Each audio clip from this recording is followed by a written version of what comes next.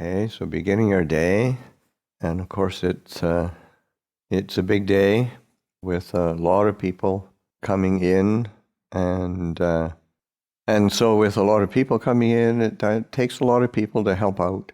It just is not quite natural, and people were absolutely fantastic yesterday in the preparations for the hall and getting things ready for the hall, making the hall as beautiful as it is, plus all the surroundings, all the other prep. And it just takes time and effort and people's willingness to help out and participate. So I just appreciate everybody's efforts that they do make. And so that the keeping and part of Katina, I mean, sometimes it can feel a bit overwhelming because there's a lot of activity, it's a lot of people. But one of the things that's important, I mean, there's several things that are really helpful. One is just being really mindful of the body, coming back into your bodies. Oftentimes the mind wants to go out to the objects around, and when there's a lot of objects, it can get confusing.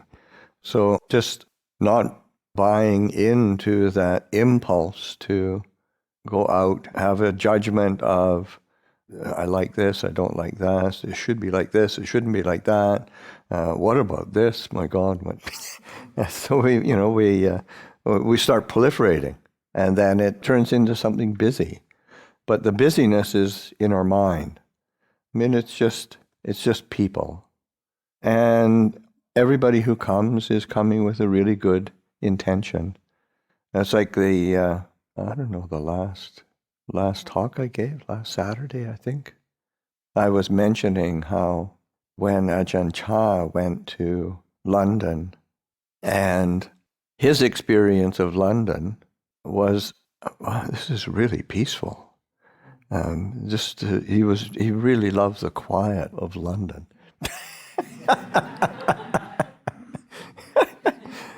Well, it's similar to what Ajahn Siddhanta said last night of his, looking at the photographs that he takes. Oh, he views the world in a completely different way than I do. And similarly, Ajahn Chah was, because he didn't have any duties, and he wasn't, and there's all these people, but I mean, they're just people. And all that needs to be done is to receive people in a gracious, kind way, and to hold within one's own heart or one's own mind a sense of gratitude and appreciation. They want to come here and want to participate in something good. That's pretty rare in the world, actually, and in the same way that all of you have come. It's the intention that draws is drawn to the goodness, and that is possible.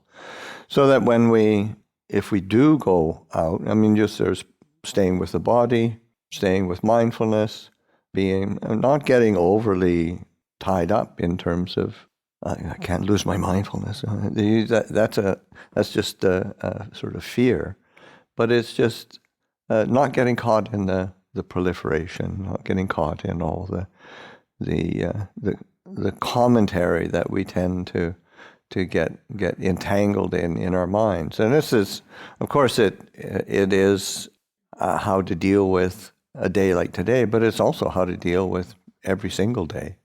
The tools that you develop on a day like today these are applicable to ordinary day-to-day life. And it's just sort of gaining some skill and confidence with the tools that are readily available. It's just basic teachings, basic mindfulness.